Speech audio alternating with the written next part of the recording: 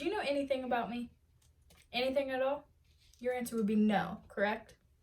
That's what I expected you to say. Well, this may sound conceited, but I have a pretty great life if I do say so myself. And if you want to learn a little bit about it, then keep on watching. Okay, let's get started. My name is Karcy Elizabeth Sproul. I know, it's a pretty unique name, but I think that's what I like about it so much. I'm different than everyone else. I am a senior in high school, and I am 17 years old. And I'm about to tell you something about me that not a lot of girls my age want to do. I want to be a special education teacher. I know, a lot of girls my age want to be a nurse or a dental hygienist, but not me. Special education is just something that is very close to my heart. And it's something that brings me a lot of joy in this world. One goal that I have set for myself is to just help one kid in this world is all that I feel I need to do.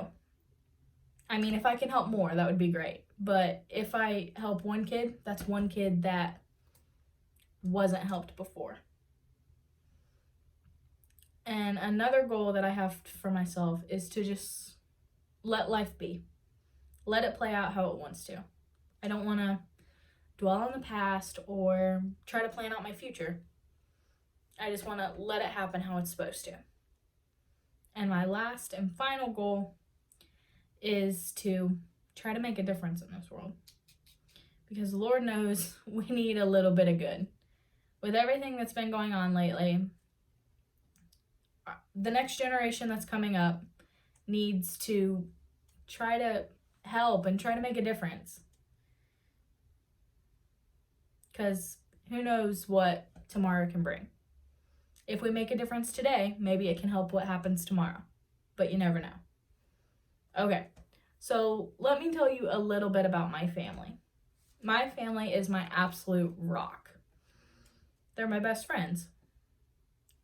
My best friend is my mother.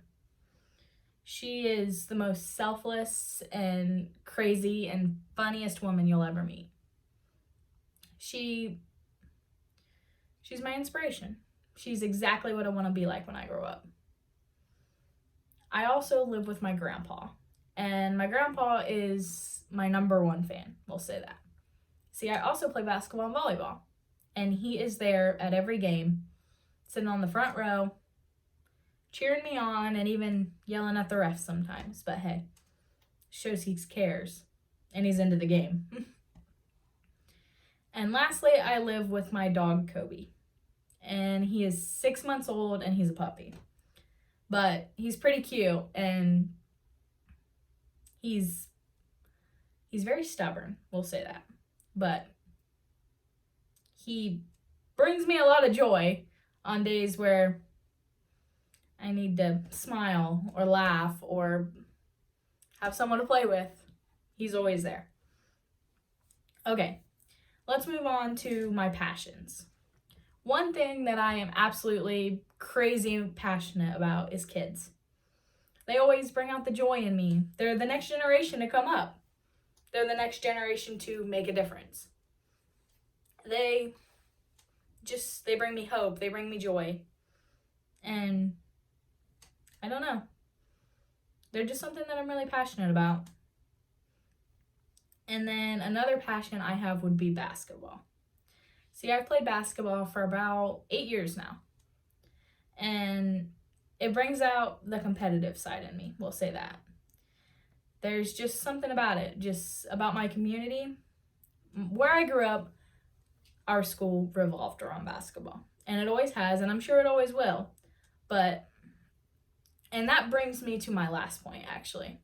My last thing that I am absolutely passionate about is my community. I always have, and I always will be. They bring out the joy in this community. They'll sit down with you if you need a prayer. Or they will sit down with you when you need a shoulder to cry on. Or a good laugh. They make me the person that I am today. And I wouldn't trade that for anything. Okay, 3 objects that represent myself. We are going to start out with my sweatshirt. That's one of my objects. I am so into Ohio State football.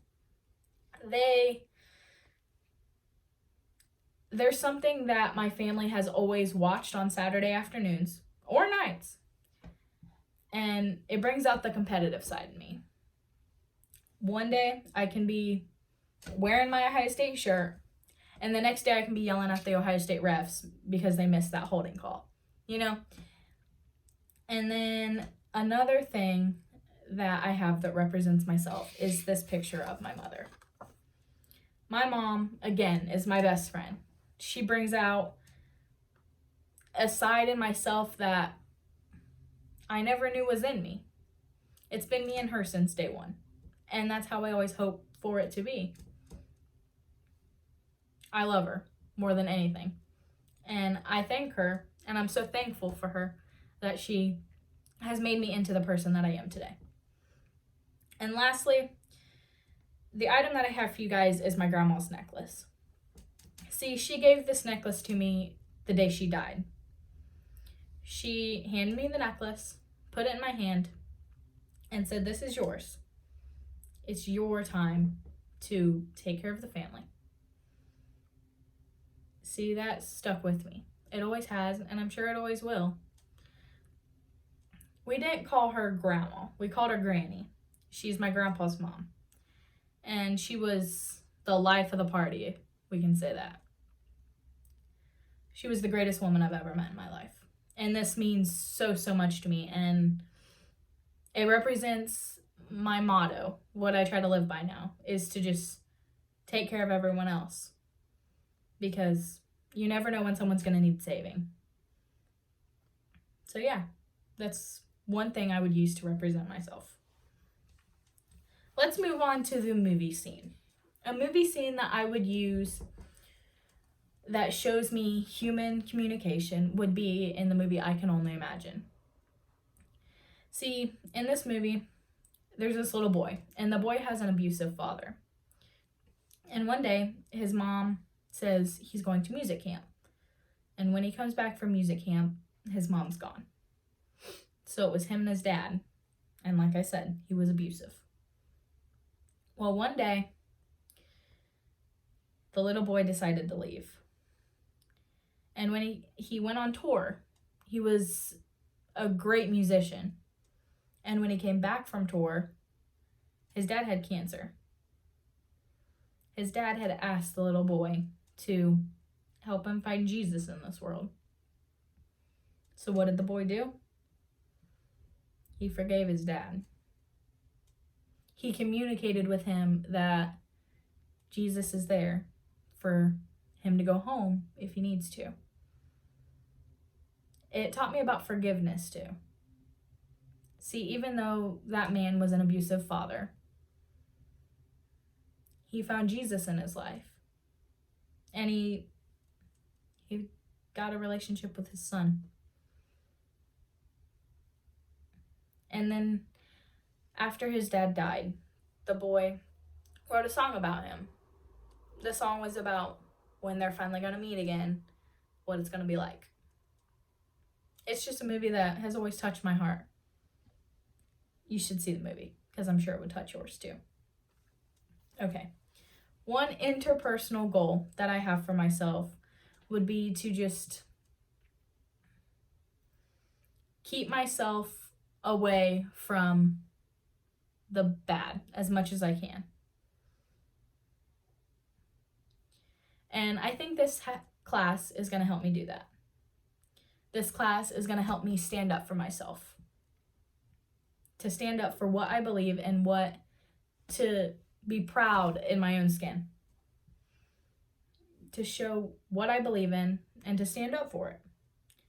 And then one goal I have for public speaking is to not be as nervous. Again, to be comfortable in my own skin. To stand up for what I believe in and to know that my words matter and maybe they can make a difference. 10 things that I would use to describe myself. That's a lot. And there's not really words that I would use to describe myself. So I honestly had to ask my mom about this because I don't like to think too highly of myself. I don't like doing that. So she told me 10 words that she thinks would be used to describe me. And those are adventurous, outgoing, confident, leadership, smart, caring, humble, loyal, given, and selfless. And when I think about those words, I honestly think that she did a good job in describing them, because I think those are words that are honestly very good to describe myself, if I do say so myself. Okay. That is a little bit about me. I know that was very broad and very short, but thank you for watching. And remember, you can make a difference in this world too. Don't be afraid. Just go out and do it. I hope everyone listens to this and can take something out of it. Thank you for watching my self-introduction speech. I hope you enjoyed it.